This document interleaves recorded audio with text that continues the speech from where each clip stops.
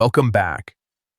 If those Spotlight Snaps pop-up notifications on Snapchat are constantly interrupting what you're doing, you're definitely not alone. The good news is, you can turn them off in just a few taps.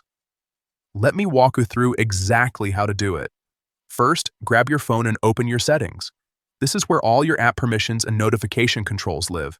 Once you're in settings, scroll down until you find apps, then tap on it. Depending on your device, it might also be labeled as apps and notifications. But the idea is the same.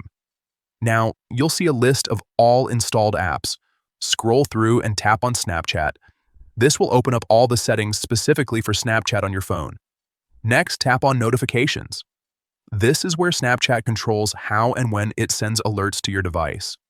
Inside the Notifications section, look for something called Notification Categories and tap on it. This area breaks down all the different types of notifications Snapchat can send you. Now find Spotlight Snaps in the list and tap on it. This is the setting responsible for those pop-up alerts that appear on your screen. Finally, you'll see an option labeled Show as Pop-up. Simply toggle this off.